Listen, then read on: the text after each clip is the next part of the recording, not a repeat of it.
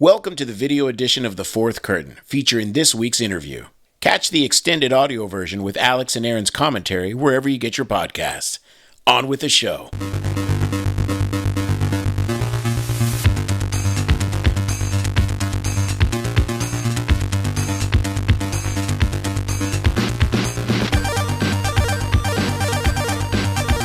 Welcome to this week's Fourth Curtain, friends. Today we welcome to the program the one and only Kelly Wallick.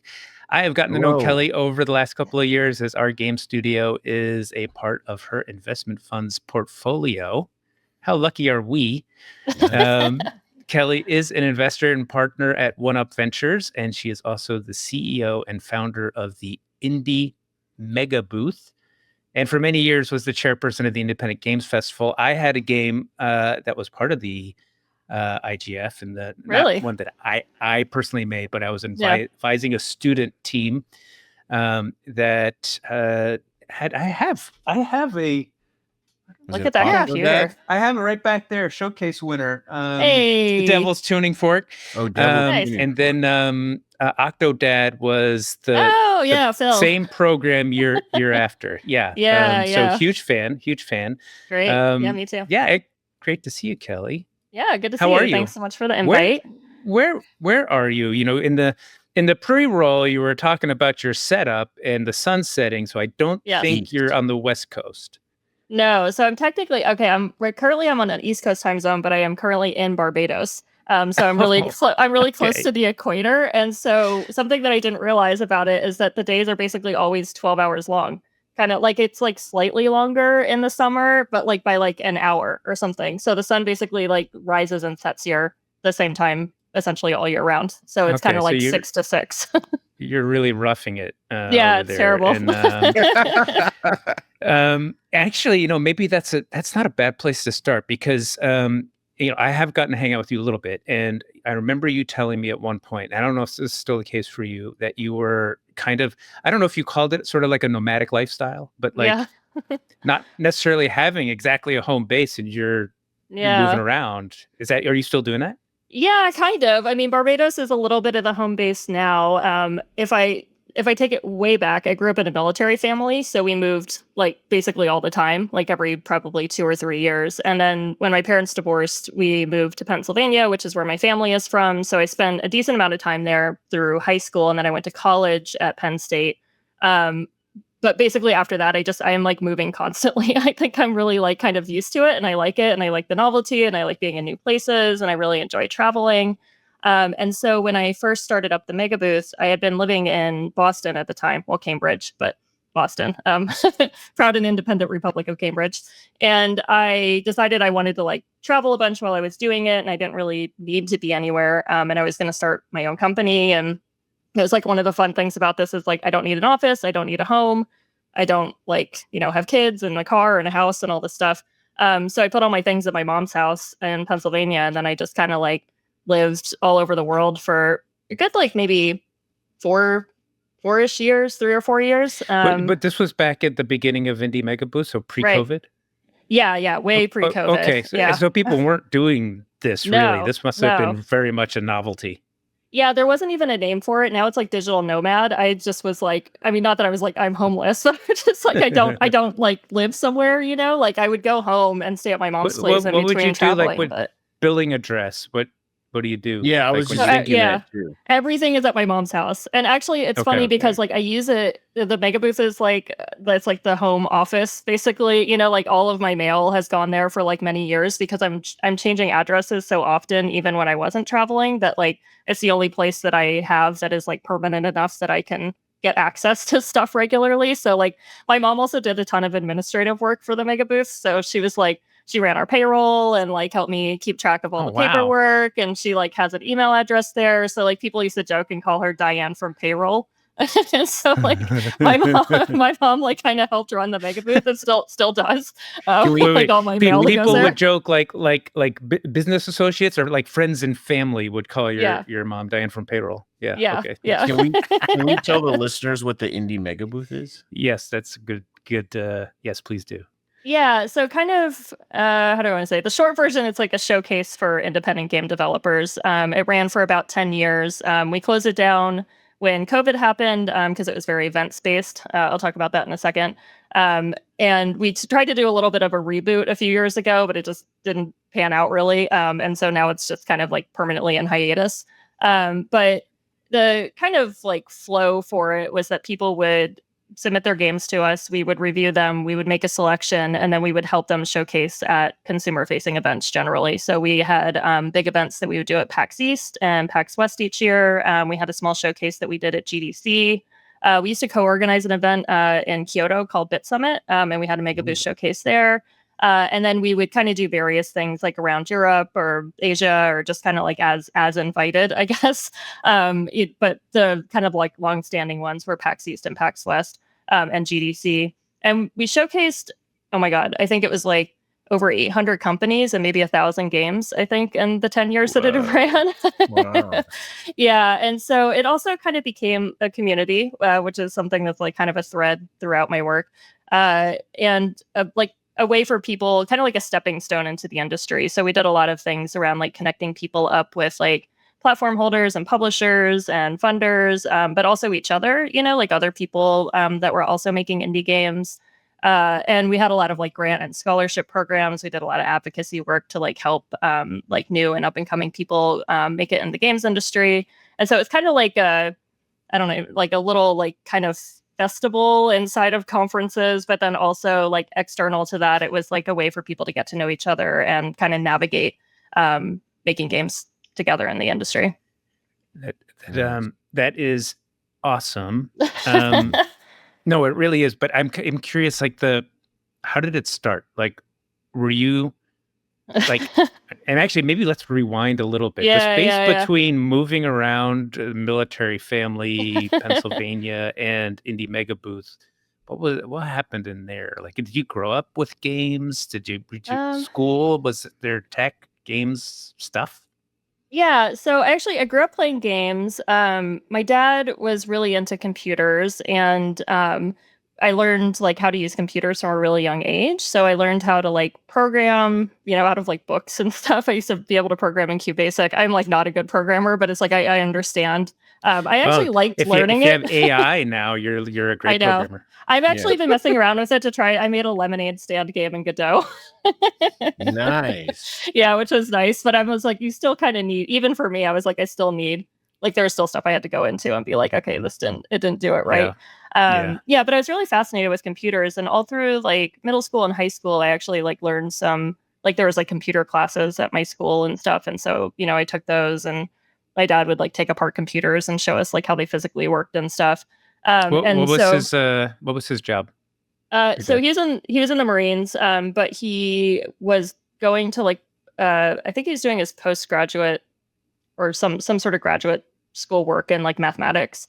And he liked computers, and I think, you know, was like learning about them kind of at the same time that the military, I think, was developing like the internet, like when they used it in like the Pentagon and stuff. So he would talk about this thing, you know, that was like not real at the time. I remember my uncle worked for defense contractors I know he worked on the Polaris submarine, which crazy. Yeah. But when we first got our first computer, the only thing he cared about was if we got a modem. For you kids, modems was how you could connect to another computer back in the day. So when you're just talking about the beginning of the internet and your dad having that kind of exposure, and it sounds like maybe kind of like a techie, nerdy kind of and like interest that makes a lot of sense there. Yeah, and like he had like the house kind of like run up with all this like wiring cable and stuff to get internet, like when it was first publicly available when we were living in Northern Virginia. This was before my parents divorced, when my life became like very different. But you know, like we had the modem, we had all this stuff, and I racked up an insane bill because it was like by the hour, and I was like 11 had to go talk or 12. To Diane from accounting. Yeah, Diane from payroll. I said like I would sneak down at night, and like also the internet had like 50 web pages, so you know I would like read them all. I spent all this time on my computer. But but I got in a lot of trouble and got banned from the internet for a couple months. Yeah, but video games are always kind of like a part of that too. Like, we always had like Nintendo, and my uncle had Atari, and I think there was like a fascination with it. But I mostly play PC games. Like I really like management simulation games. Like I've played The Sims basically since the day it came out, city builders, all that kind of stuff. My dad considered city builders like educational games, or like sim games, like kind of educational games. So it was like spent a lot of time on those. Or were there other ones besides SimCity that you're Oh my God, there's Sim Ant, Sim Tower, Sim Earth. Anything with the word sim in it. A lot of like I don't know if you remember these, they were like Reader Rabbit, and there's one like with people solving mysteries and stuff about dinosaurs, and just like we had one where you can make dinosaurs and it would print it out on a printer, but it was like a DOS, like the printers that would like go like this for like 20 minutes. So no, a lot of these. No console?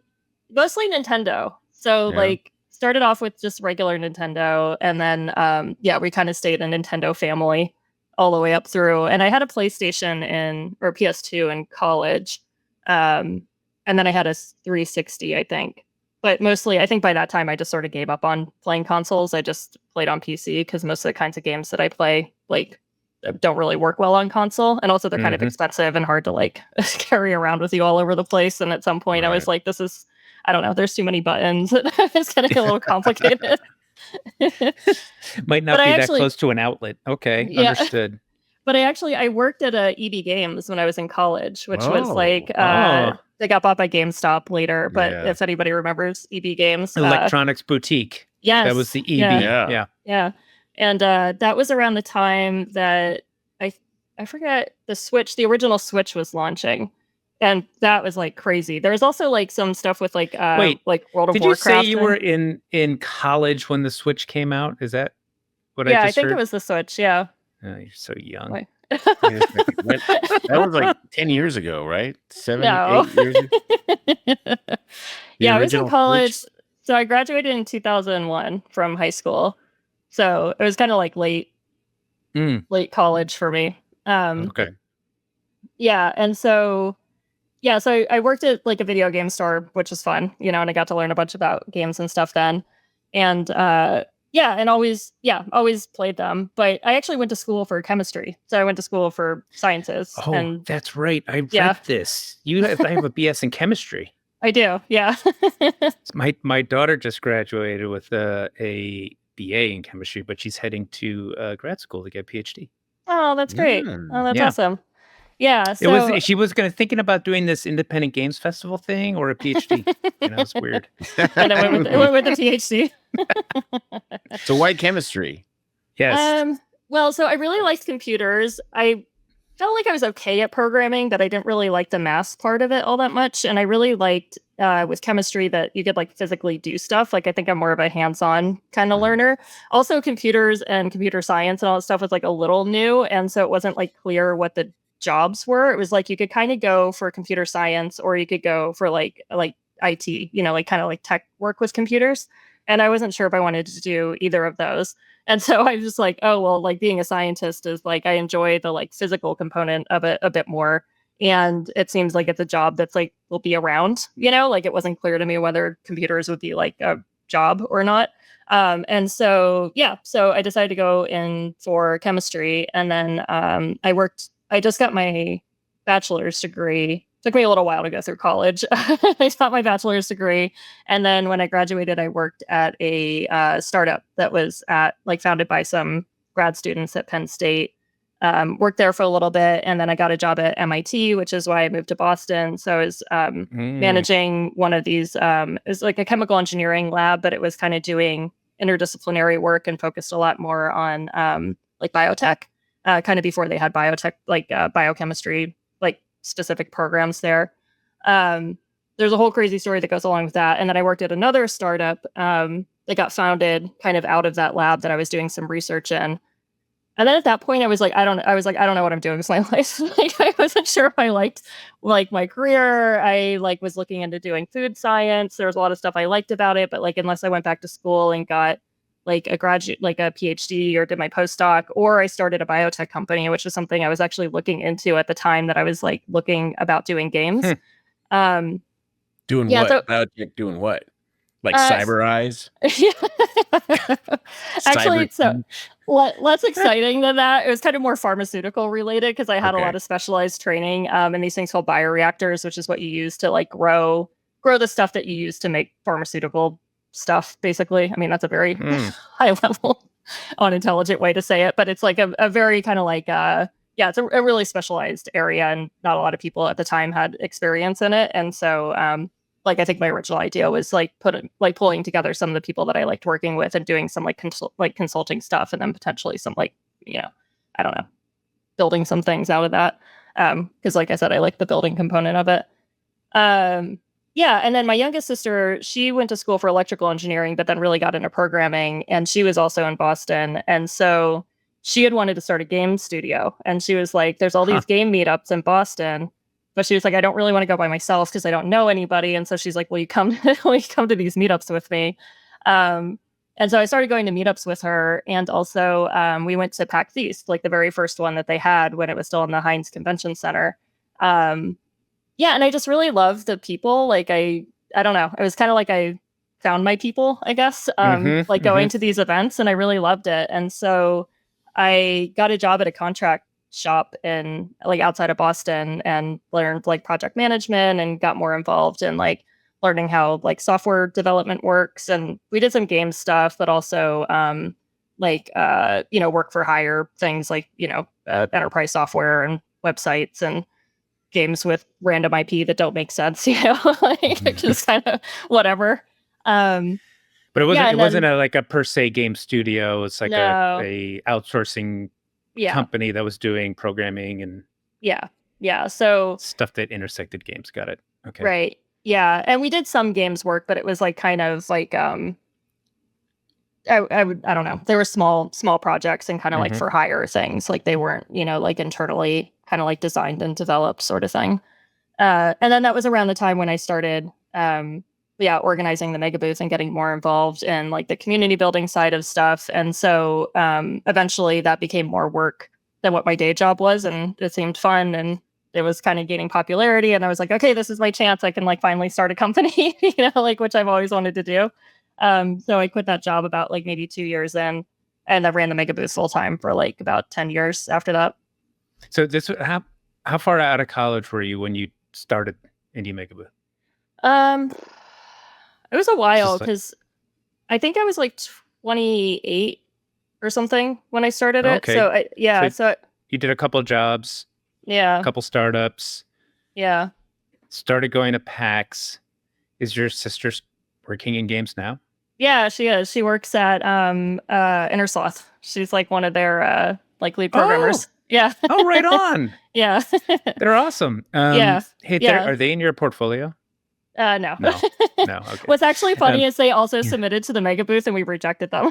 I won't explain my reasons, but it's definitely one of those things where it's like, it's the proof that like if anybody tells you that they know what's going on and they can predict a hit, like they're full of it. Even people who do it professionally, I feel like I was going to ask you about what was the criteria to get into the Megabooth? Like, what was like the goal? Like did y'all want to have like a? Was there like we're gonna have these kinds of games only, and obviously indie?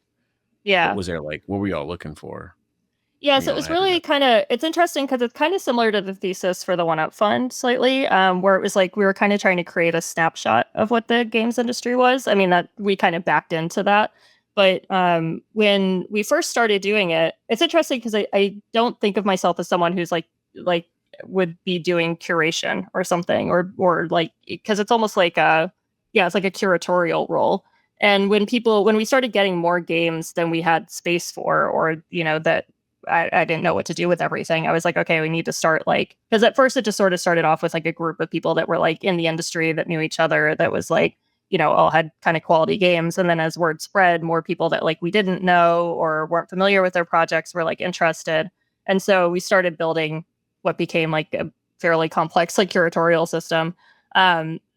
But I remember people like would play, because I was enlisting help from people, and they would play the games. They're like, well, I don't like this game. or I don't like this genre of game. And I'm like, well, this is not the games that you like showcase, right? Like this is meant to be like a showcase for like everybody, right?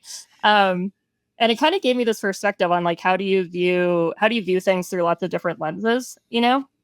And so it was kind of a combination of trying to get good representation of kind of what we thought was going on in the industry at the time, and then also sort of bumping up the stuff that we wanted to see more of. And then kind of like highlighting trends and, like I said, like doing kind of behind the scenes advocacy work to like get, you know, more and different kinds of voices involved in the industry.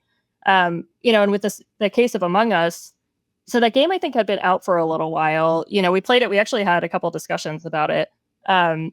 But one of the things is that like getting internet at the show is really expensive, and also doing like a local network hookup thing would like kind of work. But games like that also tended to show really well on the conference floor, because it's like you get all your friends and you're at a conference and you're having a good time and you play the game, and then these games would come out and just like flop, you know, because it was like they were like, oh, it was like it seems so popular at the show, right? But it was like because the experience and the circumstances were like not able to be recreated at home. So there's like a couple things going on with it, and we tended not to show stuff that had been out for a while, or, you know, there's like kind of a bunch of like random like external criteria that just went into like, okay, like how can we help to like call this out? And, you know, but generally we were really looking to try to like, yeah, get a good representation of what we thought was going on, and also just to help to like support as many teams doing like cool and interesting things as possible. I used to have an unofficial motto for the Megabooth, which I refined a little bit later. It was like, I don't want to work with assholes. And so it was kind of like, I'm going to have my own company. That's a good motto for anyone. That's a pretty good criteria. Yeah. So I was like, if I'm going to have my own company, like I want to work with like cool people, you know, and like I want to like, yeah, I want to enjoy the time that I'm putting into this and like supporting the kinds of people and projects and stuff that I want to see in the world. So we would also say no to things that were like cool games, but seemed like, you know, there's a lot of like issues with the team or, you know, whatever, just because I was like, it's not really like, it's not worth it at that point for me. Yeah. Can I ask a question? Sorry, yeah. Alex. Come on, Alex. No, go ahead. This I ask questions all the time. Alex never shut Alex, okay, so Alex might know the answer to this. I don't think people listening know the answer to this, and I sure as hell don't know the answer to this. Which is, I'm like, do I know the answer? You definitely know the answer. And okay. If you don't want to answer this, it's okay. Yeah, okay. Because I'm trying to figure it out. Because I just got back from Gen Con, and I understand when people have booths there, like what they're doing. How does the Indie Megabooth make money? If that hey, I was going to ask that same question. Dude, we're connected. Well, I was going to ask it a little differently, which is I'm going to pile on Aaron's question because the way you introduced the beginning of Indie Megabooth is you said this was my opportunity to start a company. I always wanted to start a company. Which the way I hear that is you know, there's also sorts of really cool, great outcomes coming from Indie Megabooth, but the impetus for starting it was, hey, it's a business. So was that like the number one intention? Like, not really. We're going to make money with this now. thing, or no. And I mean, it never really made money. So if it was a business, it was I mean, it was successful as in it was stable. But I think that, so when I look back at it now, I'm like, I wanted to start a company. But when I say I wanted to start a company, what I actually meant was I want to work for myself and I want to be in charge of things. And I was like, I think one of the things that I hate the most is like making other people's mistakes. And so like working in jobs where I was having to do things like, you know, that were being dictated by other people, I always sort of struggled with it.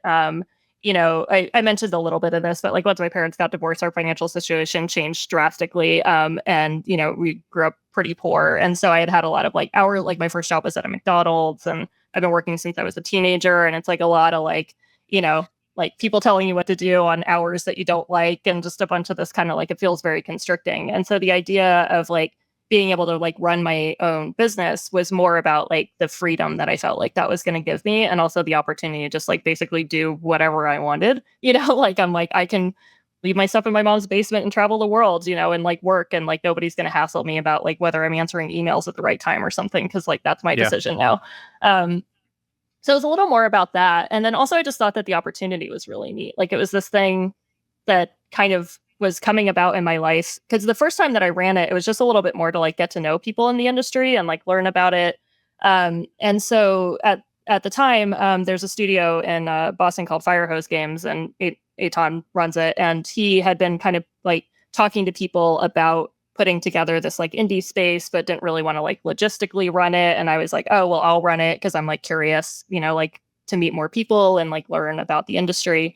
And so I kind of done it as like an experiment, and then people really seemed to enjoy it. And so I was like, okay, well, I'll do it again. And then it just kind of kept like snowballing from there. So it was a little bit more like I had like followed the thread of this thing that seemed to be picking up traction. And I was also like soliciting, and I still do that. Like I like to solicit advice from people and from the community about like, what do they actually want out of this, and like what works and what doesn't work.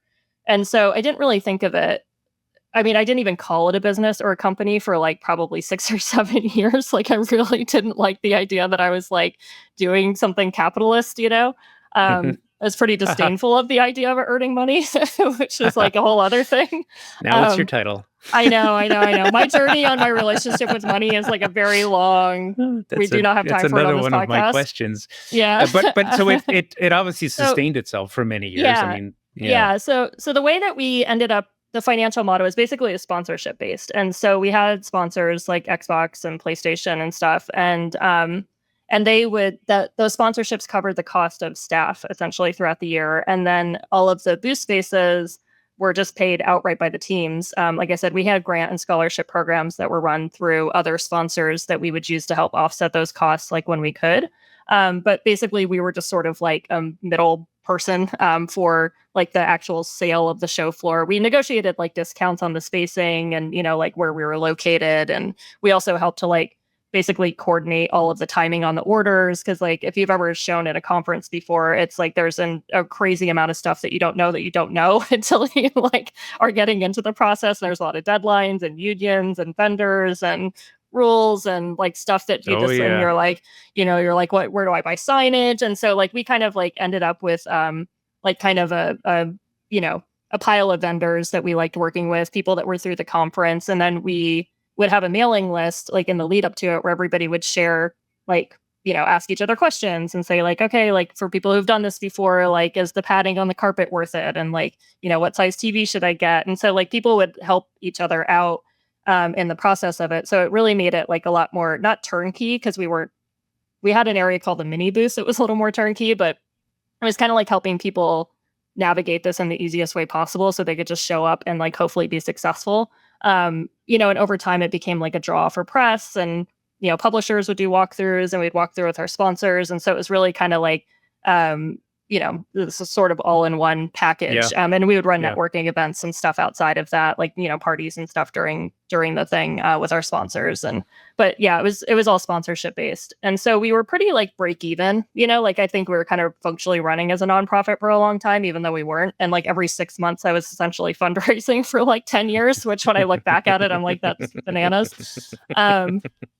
But we never really got to a point where we could grow. And that was something I'd been thinking about in the year or two leading up to the pandemic. And I had actually like started thinking of it more as a business. And, after almost a decade, I'm like, what am I doing? Here, like I was like, at least I was starting to pay myself. And, like it was be able to like support me and stuff. But I was like, what is my end goal here? Like, what am I doing with this? And like, can I retire off of this? You know what I mean? Like what's happening here?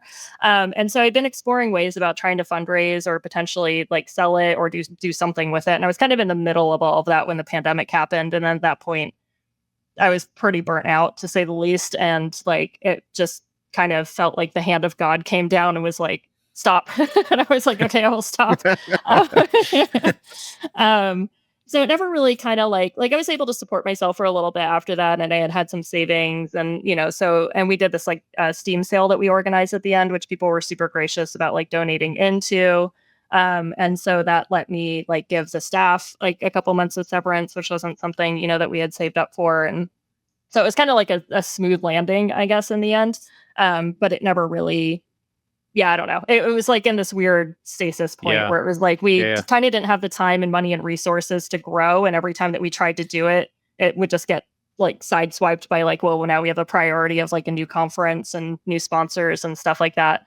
And it's still something that like, I think, not that I like struggle with, but I just think that like my the way that I deal with money is like it's money in, money out, right? Like I think the idea of like borrowing or like spending against future stuff and like the things that I feel like you might need to do or like take investment or something to like grow as a company is something that I think, especially at the time, I was like really not financially comfortable with. Like the idea of having debt or something to me was like, I was like, no. Wait, was that, you think, a part of how you grew up? You were talking about the financial situation growing up and how you always had a job and yeah, for sure. I mean, it was like, I was pretty broke for a very long time. Getting through college was really difficult. I struggled a lot with it, like it's like, am I paying rent or am I buying food and am I paying my bills, and like my family didn't really have money that I could borrow off of them either. And so it was kind of this like there wasn't a safety net in it, and I had to go in a decent amount of debt to make my way through college. And so then when I got out and I kind of got myself out of that, I was like, I still don't do it, like I'm like, I've no, like I think I might get a car loan again soon, but like other than that, I'm just like, I'm very, and I think also too, the idea of like handling like the volume of money that we were handling, even just for like the shows was like more than I had like ever seen in my life or like, anybody in my family had ever seen in their life. And so it's just like, I was like, I don't know what to do with this kind of stuff. And it's funny getting into tech stuff and I mean, not as much games, but there is a lot of this in games and in tech in general is like, I don't know too many people who grew up in the same financial situation that I had. And so it's kind of hard to like, I'm like, I don't know, like I had to learn a bunch of stuff along the way and kind of fake my understanding of like the world and the social etiquette of like being in these spaces and going to dinners that were like to me an insane amount of money, And so it was kind of like a whole weird learning process that like completely different ends of the spectrum. The back fake then your and way. I want to hear about that. Like, what do you mean? Like, I totally know what these forks do. Basically. The fork thing. We'll be right back. If you like what you're hearing, like and follow the show wherever you get your podcasts. And now, a word from our sponsors. Great games aren't just made, they're crafted. Pixel by pixel, idea by idea. Amber doesn't just develop games, Amber forges the future of play, one project at a time. From the magic makers at Disney to the tech giants at Amazon and Warner Media, the biggest names in the industry trust Amber to turn their wildest ideas into reality. Why? Because the talented teams at Amber believe in pushing every boundary, breaking every mold, and having a bit of fun while they're at it. Need a partner who knows the game and plays to win? Amber has the talent, the passion, and a global network that's ready to roll. So let's skip the loading screen and get straight to the action. Discover how Amber can power up your next project at amberstudio.com. Do you want your game to live forever? To supercharge it with immense powers of endless content, a buzzing gamer community, immortality, and coin? CurseForge for Studios, an exclusive service for visionary game developers, allows you to add safe, cross-platform mods to your game and enjoy all the benefits of user-generated content without any of the risks. With CurseForge for Studios, you can harness the creativity of our 165,000 devoted creators and the traffic of 43 million monthly gamers. You can also level up with premium mods and grant your game new revenue streams. Trusted by AAA studios, CurseForge for Studios is an immortality potion for your game. Enter studios.curseforge.com and join the UGC era. Leveling up your game dev career but not sure where to start? Maybe you're trying to break into the industry, looking to connect with other people who are making games. Consider joining the International Game Developers Association, the IGDA, the world's largest nonprofit, member-driven professional association serving all individuals who create games. I was in the IGDA in Chicago, met a lot of people. Great way to network. The IGDA exists to support and empower game developers around the world in achieving fulfilling and sustainable careers. Discounts, educational and advocacy-based resources, mentorship, and solidarity across 160-plus chapters. To join the IGDA, visit igda.org/membership and use the code IGDA 4th Curtain 15, no spaces there, to get 15% off 1- and 2-year memberships, as well as a student membership. Joining the IGDA is a great move for your career, and as a nonprofit supporting everyone making games, it's a great move for the whole community. Join today. Hey listeners, it's Alex from The Fourth Curtain. And Darren here. We want to give a quick shout out to the team at High Vibe PR. High Vibe PR is our boutique communications firm. They're all about companies and brands defining the future of gaming, entertainment, and culture. Look, when you're doing something big, you need the right people to help you tell your story. And High Vibe PR, they're the best at making it happen. Absolutely. They've helped us at Look North World level up our messaging, connect to the right audiences, and stay ahead of the curve in this ever-changing industry. So, if you're looking for a PR partner who gets gaming and entertainment like no one else, check them out at highvibepr.com. That's highvibepr.com. Go give them a look. You won't regret it. And now, back to the show. All right. Well, so, I mean, I guess that goes through the pandemic. What's the timing of joining One Up? Was it, joining up with Ed? Was there a gap? No, so that was actually, I started working on the One Up Fund prior to the pandemic, actually. Not too much before, but right when he founded it. So, a mutual friend had reached out and was like, oh, like this guy Ed is starting this fund and like you should really talk to him. He wants to build a community and like I think that you would be a good fit for it. I was also still doing the IGF at the time, which was sort of like a part-time job for me on the side. So I kind of would take on contracts to help supplement my income at the Megabooth because like I wasn't really getting paid enough to like I was cobbling together a full salary, through a couple different things. And we call that side hustle today, right? Yeah. Yeah. Okay.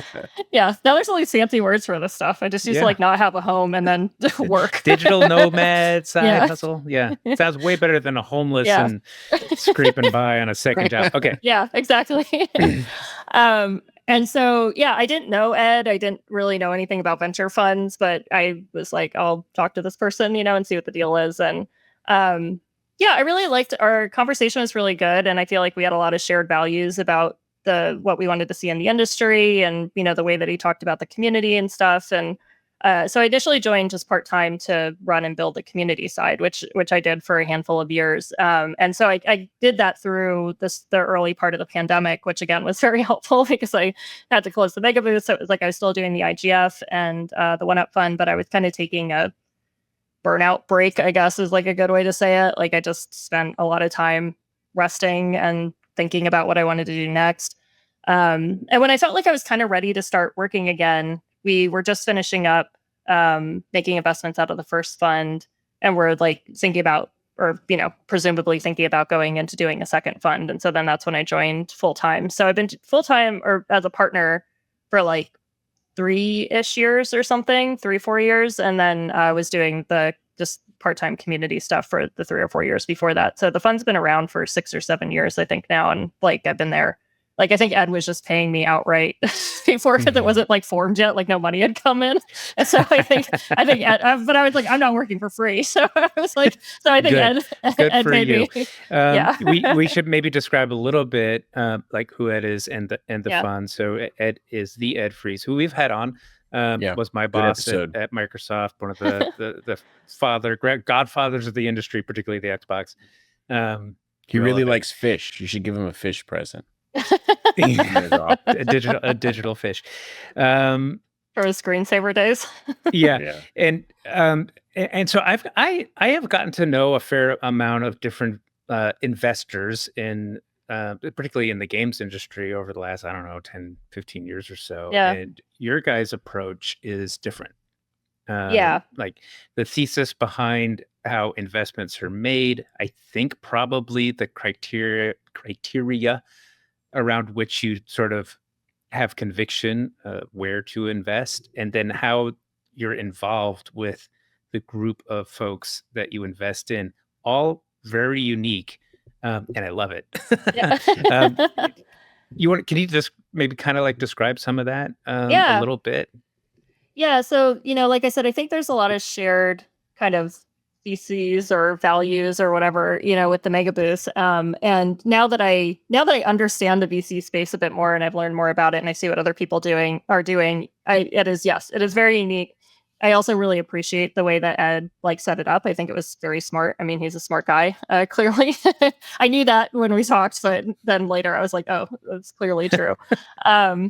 And so we make a large number of investments. So we make about 50 investments per fund. And part of the point of that is kind of to get a snapshot of the industry, to have a broad and diverse portfolio approach, which is kind of similar to what publishers will do, which is, what Ed had been doing partially at Microsoft. And the way that in VC that you can do that number of investments is to do follow-on investing. And so we did a talk at GDC a few years ago that we put on the OneUp website. There's 4 tabs. Ed and I made this website in WordPress, so it's very minimal. But there's a link to a video there. So if anybody who's watching this is really interested in learning about how the VC space works for games, we kind of did an equity investing 101 talk that describes what a lot of this terminology is, and the things that you might hear and the deal terms and stuff like that. What's the URL? It's oneupfund.com, I think /resources. So right. We'll link it up in the show notes. Yeah, great. And so there's a thing called a lead investor when you have a priced round, which is just a way of equity investing. And equity investing is different from project financing, which is kind of closer publishing and stuff, which is what people are used to. And equity is when you're buying a portion of somebody's company instead of getting proceeds from a project, for example. There's a bunch of different ways you can set it up. But a priced round, which is the typical way that people will raise money, has a thing called a lead investor, and they set the valuation of the company, they set the deal terms, they typically put in the most money. And as part of that, one is you have to do a lot of work. There's a lot of legal stuff. You have to form the board. You have to have somebody sit on the board, which, somebody, you can probably sit. This is from Ed's experience because he has more board experience than I do, but I would agree. You could probably sit on 6 or 7 boards before it starts to kind of become a full-time job or more. And so if you're a lead investor, you have to have a pretty big staff to be able to support the kinds of work that you're doing with it.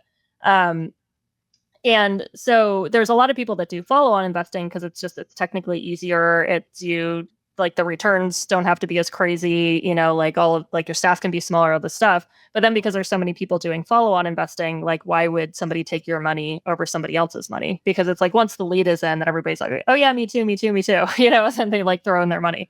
In theory, it's hard to raise right now, so I don't know how true that is. But so you get the lead, and then the follow-ons can just kind of hang on to it. And so one of his thoughts on this was how can we get more people interested in taking our money instead of other people's money? And that's where the community aspect of it comes in. And so it's how can we do a value add that's really important to the teams, and then also something that means a lot to both of us. And so Ed's been part of a developer community for a long time that he's found very meaningful, that he really loves, and this model is kind of based off of that. And so when we first talked, he is very passionate about what he wanted the community to look like. And he even kind of describes it as we're a community with a VC wrapper. It's the community is the center part of it. And the VC thing is just this thing that is holding it together technically. And, for me, it was kind of taking what worked for me and what I really loved about the Megabooth and putting that into the concept of this founder community with the portfolio. And then the very exciting thing for me was that there was a budget, because the Megabooth never had a budget. So everything that I ever wanted to do, we never had any money for. But the OneUp Fund has money, which is great, because when you run a venture fund, the way that the fund administers itself, pays for itself, is that you get a thing called management fees from the overall investment, and you get that through the lifetime of the fund. And so those management fees are what we use to pay for all the community initiatives. And because we keep the team small, we can reinvest a bunch of that money and resources and stuff back into the community. And so, we only invest in game studios. We only invest in games content. So it's not tools or technologies or platforms. We invest globally. We invest across all genres and all different types of founders. And so in that way, it's kind of similar to I guess the spirit of the Megabooth. Yeah. And then we connect them all up, and it's, they can talk to each other on Slack channels and ask questions. We run virtual meetups, we run workshops, we do a yearly retreat, we buy data and analytics. It's like we have purchasing programs and discount codes, and it's just like everything that we can think of to do to try to help to support. And there's merch. Hey, there's merch. Yeah, I got my hat. Yeah. Nice. Wait until you see the merch. I didn't bring it. I actually just had it on my. Oh, desk. Really? Yeah. Every once in a while, believe it or not, I have a bad hair day every once in a while. I know it's hard to believe. Sometimes I'll do calls with people from like indie studios and stuff, and they'll be wearing the Megabooth shirt. Like, because we used to do Megabooth shirts every year, and we would like every show we would do a different design, and so people would like collect them and stuff. Yes. And a lot of times people would be like, "I didn't wear this on purpose. It's just my favorite T-shirt." That's cool. That's awesome. Yeah. Okay, well, so at that part of it, so I've been in this community for a while, and all of that stuff is super. It is very valuable, especially like when you're running. You ran the Megabooth. It could get lonely when you're sort of like dealing with stuff and just having somebody to. I mean, when we just got on the phone, we were talking about the various scam things. It's like we gotta talk to things like. But a lot of VCs.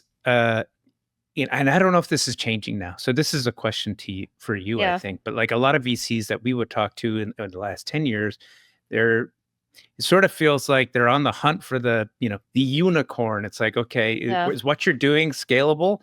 Oh yeah, we're gonna grow. Like, no, I mean, like, is this $100 billion scalable? Right. We're making a video game. Maybe. Probably not. And it's like, but it feels to me like that's not really your guys' vibe.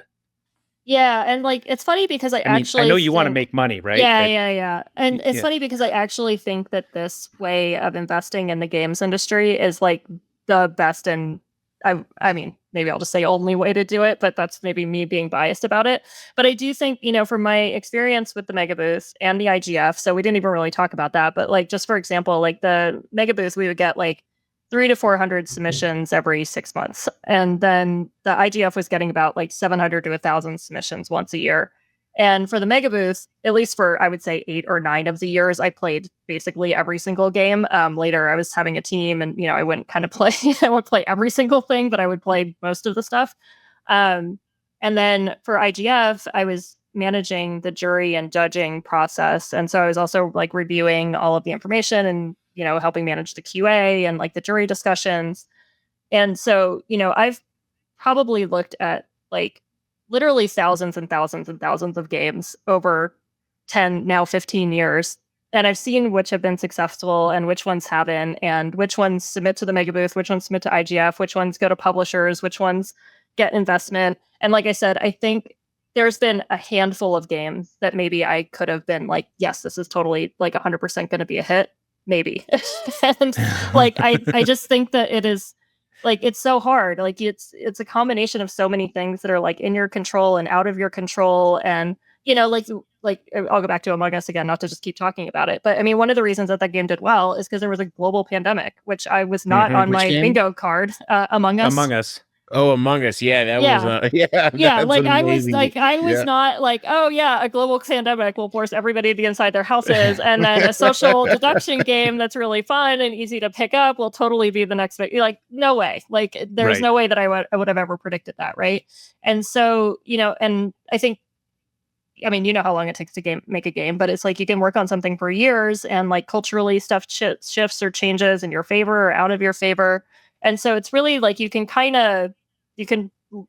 put this little conglomerate together, right? But I actually don't envy the situation where people are in, where they're like only making a small number of guesses on what's going to be a hit or not a hit. And then also stuff like Minecraft, like I not Chung around in the indie scene. Like I knew him, when it was like not even really a playable game yet. Like it had just like developers were just playing it and stuff. And like, I mean, I thought it was cool, but I didn't think like, 15-ish years later, it would be like whatever it is, you know what I mean? And so like, I think that the way that you kind of need to like, look at this is through like this lens of like you can sort of guess, but then like the rest is sort of left up to, whatever is going on in the universe at the moment, whether it's going to hit or not. Well, like don't put all your eggs in one basket, and make a portfolio of investments, and you're more likely to find winners. And I also think many horses. Yeah, and I think also investing in games is difficult for a couple reasons. Like I'm now that I have more experience in investing, I think probably investing in any field, I would imagine, is kind of difficult. But I think that investing in a field that is like creative and artistic and cultural and social is much harder for people. Unless, like I said, like, for me, I realized like, oh, the skill set that I have is like this kind of like being able to do curatorial stuff, like look at things and be like, what is the cultural value of this? What people would like this? Like what's the background of it? Like, looking at it in this kind of holistic way. And also like I love art and music and culture and pop culture and like all this other kind of stuff. And so those things to me don't scare me. Like they're not confusing, or I don't need numbers to back it up and a whole bunch of other stuff. But I think that like when you're investing in games, which are an entertainment media and have all this other kind of stuff along with it, you need a lot of like fuzzy logic to kind of invest in it. And so I think just telling someone like, hey, just make $1 billion game, like, I don't know. It's kind of like, hey, be a best-selling author. Like, hey, be the best artist. You know what I mean? Like, hey, be Beyonce or something. And it's like, okay, like lots of people have the idea. Like, I would love to be Beyonce. Easy. Yeah, that's identifying that is easy. Auto-tune. Yeah, doing it is way harder. Yeah.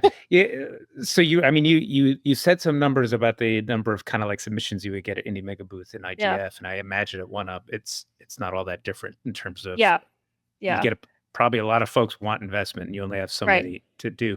So you must have the fuzzy logic must have. You must be. Can you describe the fuzzy logic? What is fuzzy logic? What makes what makes you go, hey, let's look at this a second time, or let's consider this. Let's actually invest here.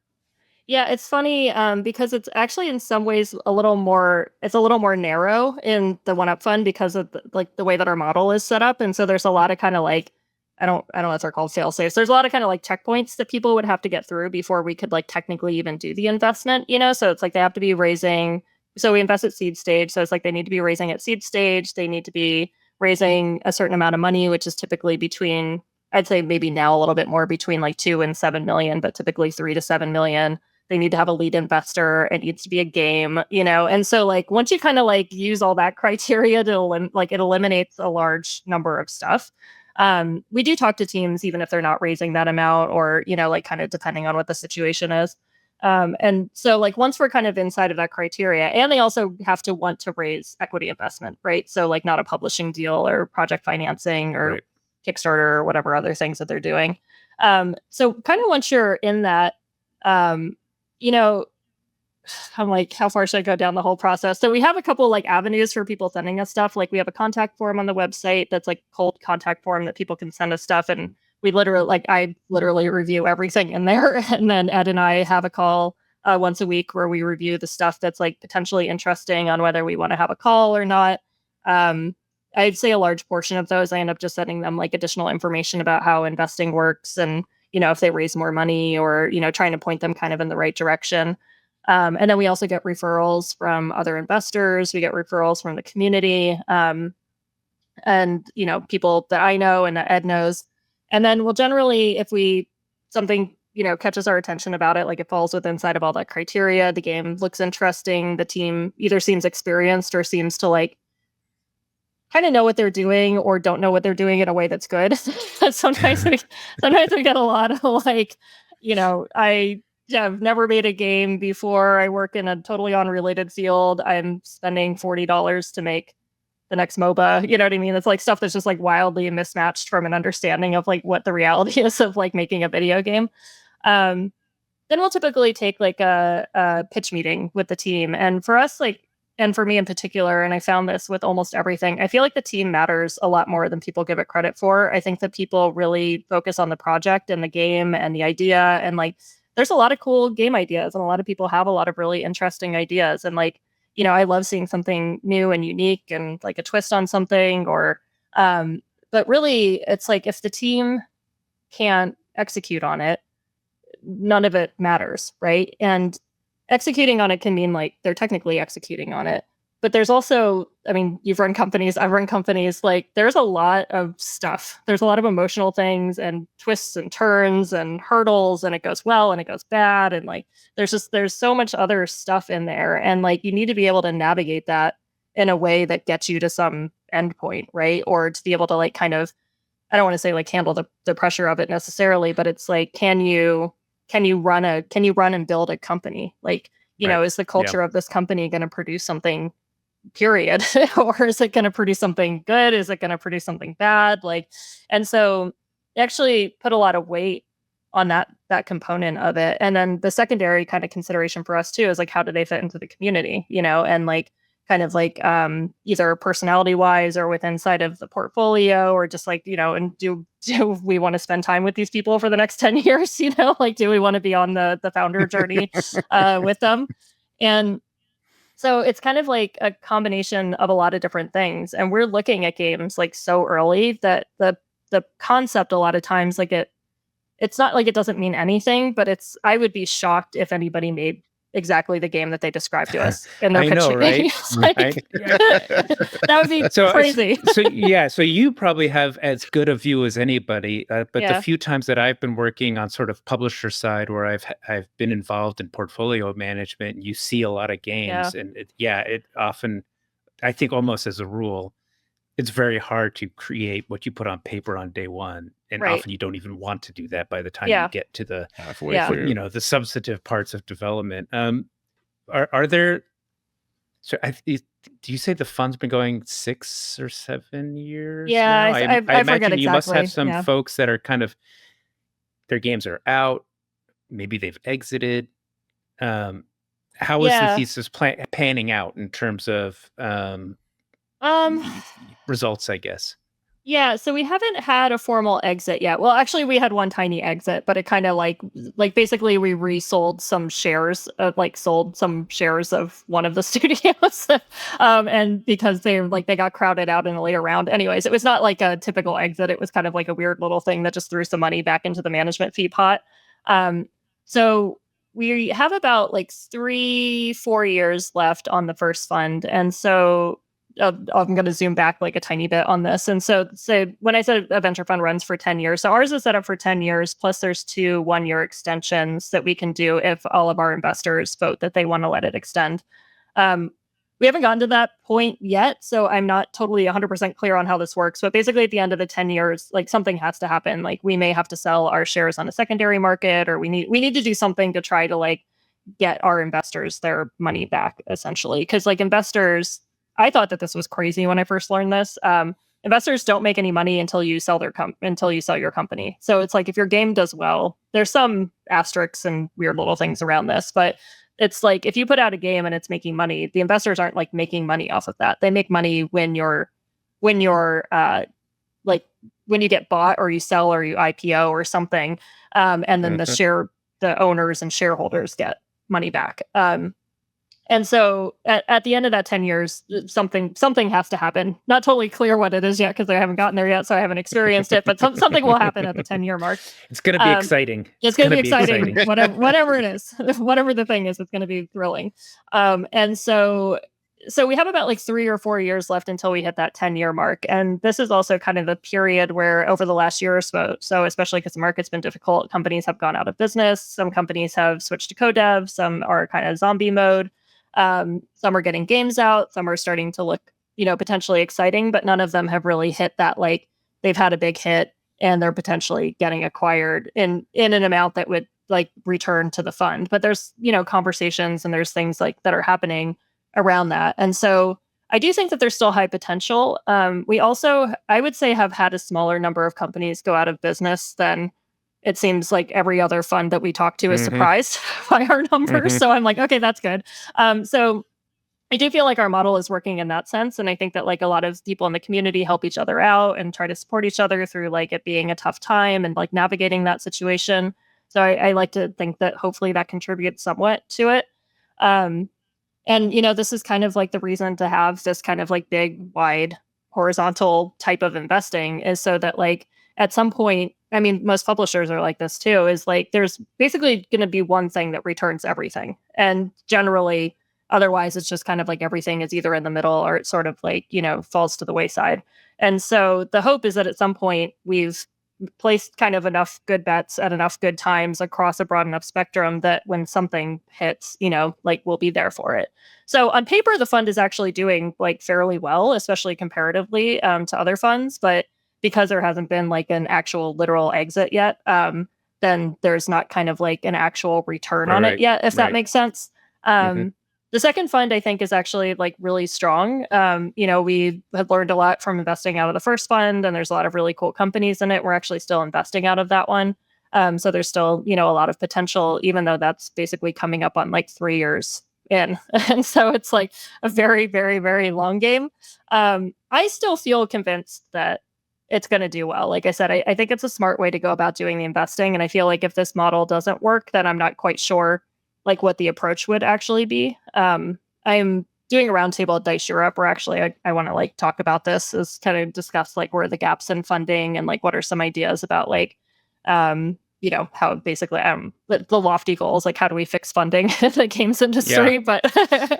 But I'm really curious about this stuff, Yeah. Hot topic, I think, for a lot of folks building in games right now. It's been a challenging few years. It sort of feels to me like a lot of the sort of the big challenge that hits the news, and we see a lot of layoffs or tend to happen at the bigger companies, the bigger budgets, bigger games. And for a while there, it sort of felt like been kind of a little bit of a resurgence in sort of indie game making, where the budgets are lower, the risks are lower. Maybe you could spread risk around. Do you see that? Are you seeing that? Or yeah, for sure. Is that real? Yeah.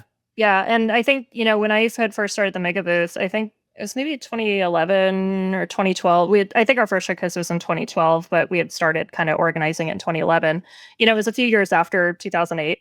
And so it was like there was kind of this like big falling apart of a lot of like, which, was history that I wasn't aware of at the time. But I think a kind of semi-similar thing had been going on where a lot of the indie studios that we were seeing were actually coming out of like layoffs from large AAA studios or kind of like the breakups of big companies or, people just being like, I don't know if I can curse on this, but like, fuck it, I'm just going to go out on my own and like, of course you can curse. And just like, I curse all the time. Aaron doesn't like to cuss. Yeah, really? He's a polite person. I mean, he's okay. He tolerates it. Do you say cuss or curse, Kelly? Curse? No, I'm like, which one do I say? I just say the bad word. I actually curse a lot in my regular life. I don't do it in professional life. All right. How do you feel about being called a venture capitalist? Like, I don't. That was one of my questions. You kind of touched on it. It's like you've done all this stuff to like elevate the indie developer and community, and now you're a VC.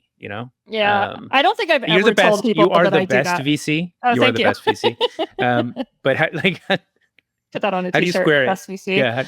How do you square it philosophically? I mean, it's funny because I think it's because I'm still doing what I want to do, and if I want to be like less kind of jokey about it, like one of the things that I really thought about when I was thinking about taking on doing the partner role was that the thing that I saw with the Megabooth a lot was that like when it came down to it, whoever made the decisions about what got funded was like what mattered, like I could help as much as I wanted to. I could see all these cool things. We could try and do this and we could do that. But like when it came down to it, if somebody on some, 3 or 4 levels up in a corporation didn't want the deal to happen or didn't care or didn't like women or whatever, like, things just like wouldn't get funded. And so, I think that there's a lot of power in being able to like make that kind of impact, like make decisions about how money is distributed, which is like not a thing that I think a lot of people like me get access to.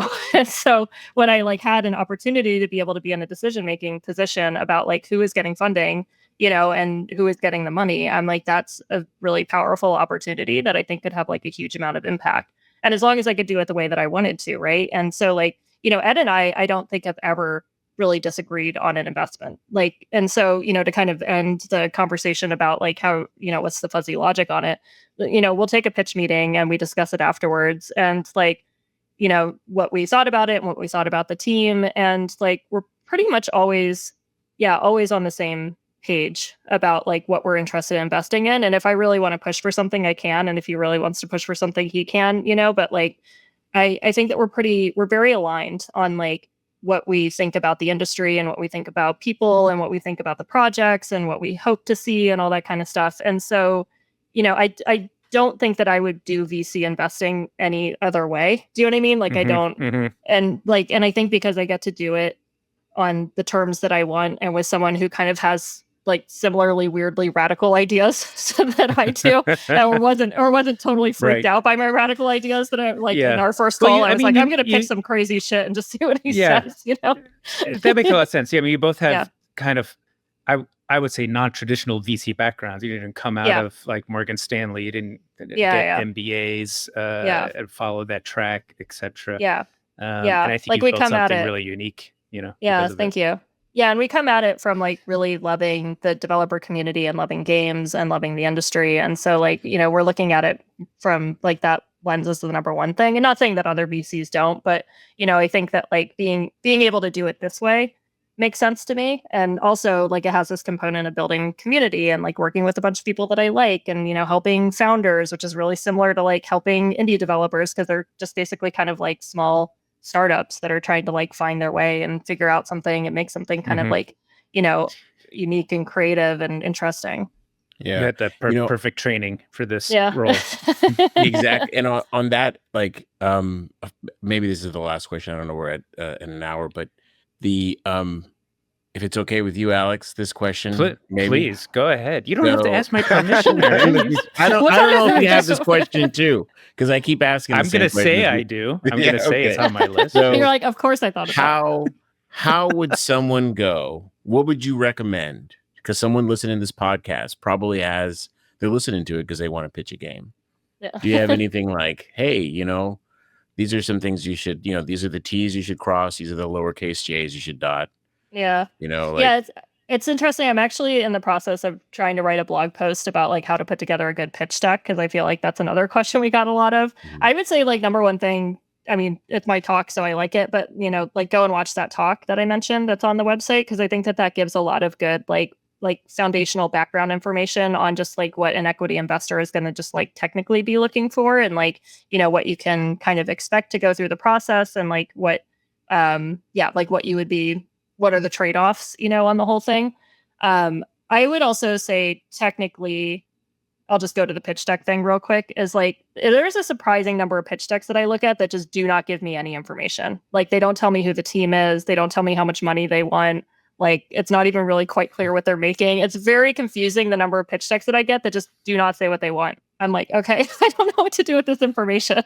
And so, I would really encourage people to, think about it from the other, like from the person who's going to be looking at it, but like definitely highlight the team and highlight them early and definitely don't be afraid to ask for what you want. Like I'm not afraid of looking at people's money numbers, and I think that this also comes from, I see this a lot with indie developers and like, people will be like, I need $27,483.15 to make this game. And I'm like, that's a very small specific number. And like, I don't think that it's going to be that. And then when you ask people about it, they're like, well, I have to eat. And like, and like this person won't work for free. And I'm like, that's all fine. Like, just please factor in, like, everybody is eating, everybody is getting paid. It's not going to be an exact number. Do you know what I mean? Like, don't be afraid to just like actually ask for the number that you need. But the other thing that I don't think people think of when they're putting together a pitch deck is like, that's your opportunity to like, I don't know, maybe dream sounds lofty, but this is like where you get to like sit down and like architect out and like design and really like think about like, who are you and like, what are you building? And like, what is the team and the culture that you want to make? And, like, what are the milestones that are going to get you there? And like, what happens if that doesn't happen? And what happens after our first game? And, like, you're not going to get, once you start the company, like you're running, like you're sprinting on a weird marathon that may or may not end, at any given time. And you're not going to have a lot of time to sit down and like think and design and like dream about like what the thing is that you're going to build. And I think, for me, some of this is like, this is maybe advice somebody should have told me, but like, I'm a very like, do it. Like, I'm like, it just seems to be working. I'm just going to keep running this Megabooth thing, and like, I'll just figure it out on the way. And I think there's something to be said for that. And a lot of entrepreneurs are, minded in that way, which I think works really well. But I would really encourage people to like use it as a time to just like really think about what you're doing and what you're building. And so that ends up getting reflected in the way that you're pitching it to an investor or you're pitching it to a publisher, is like if you're only kind of thinking about it in a very narrow scope, or you clearly haven't kind of thought through the whole budget, or who's going to be working on this thing and what's going to happen, that's going to come across in your deck. And so this is like as much for you kind of as it is for the people that you're going to be showing it to. In that link you mentioned earlier, oneupfund.com/resources. Is it / or /? It's / right? I'm assuming it's / That's a very specific question, Aaron. Well, and so also on the website, do you think anybody's going to hear a URL on a podcast, pull their car over, or get off their exercise bike and type it in? Right if now. you're really motivated and you really want to get funded, that's right. You will if you want to get funded by Kelly, get on a browser now. Yeah. Well, okay. And I will also add, so aside from the resources tab, there's a tab called Contact, and that has a link to the contact form that I was talking about, which is, so this is also meant so like in case you don't have connections into the VC world, or, you don't know the right people to talk to, like this is meant to like for us to get information from that. And so people can go in there and they can submit their information. Like I said, we do actually review it. We get back to people, I'd say on average within like 2 to 4 weeks ish, depending on kind of like conferences and travel schedule and stuff. But we do actually look at everything. So if you go in there, you watch the video, you put together your pitch deck, we ask you all the questions that we need to be able to take a look at it. That's like the best way to send us information. We actually have started sending like even people that we like know fairly well through it, just because it's like it also helps keep us organized. Like we got a lot of inbound, and so like everything going into a spreadsheet, which is the thing that I personally love, is like very easy. It makes it much easier for us to like actually comprehend everything that we're looking at. Right on. Cool. Was that your question, by the way? You weren't going to ask that, were you? Yeah, that's why I said sorry right there. Right. Good stuff. Yeah. Kelly, thank you so much for we kept you long. Yeah. Oh, that's fine. This is my last thing for the day, so this is fun. So what do you do? Yeah, like, what do you do in Barbados? Like, yeah. Are you heading to the beach? Is it like, I wanted to Google it while we were talking. Do you have like a moped down there that you kind of tool around the island on? Or is it that an would island? Be so it's cool. an island. It is right? an island. Yeah, it's an island that has a population of about I think 300,000 people, and it's like fairly small. And so, well, it's dark right now. So actually, and I'm getting ready to like doing a bunch of traveling soon. So I'm actually going to work on packing because I'm flying out next week and going to be gone for a while. But yeah, we do a ton of snorkeling. So we're on like the Caribbean Ocean side. So it's like really clear. Nice. And this is a coral reef island, not a volcanic island, which is really interesting. So there's coral reef everywhere. So the snorkeling is like right on amazing. The beach? We're across the street from the beach. Not right on it, but yeah, across the street. It is. Aaron, we should have become VCs. Yeah. Look at this. I would have did this anyways. I was already doing stuff like this before I was a VC. That's the joy of the digital nomad life. You are living the dream, guide. Kelly. You're totally living it. You're not tied to anything. You have complete freedom. You're living on the beach in Barbados, and you get to see 1,000 games a year and empower and enable like-minded folks to be successful. I love it. Yeah, it's a beautiful thing. It's really nice. Yeah. Cool. Well, thank you again. Yeah. I'm really looking forward. I think I'm going to see you in the UK. Yes. In part of your travels. I'm really looking forward to it. Yeah, I'm really excited about it. We also have cool new swag, so I'm very excited about that as well. Right. Yeah. Hey, I can leave this hat at home. There might be a new one. No, take that one and bring me one. There's going to be a bowler. It's going to be to London. It's going to be a bowler. Oh man, that's actually a really good idea. I should have did that.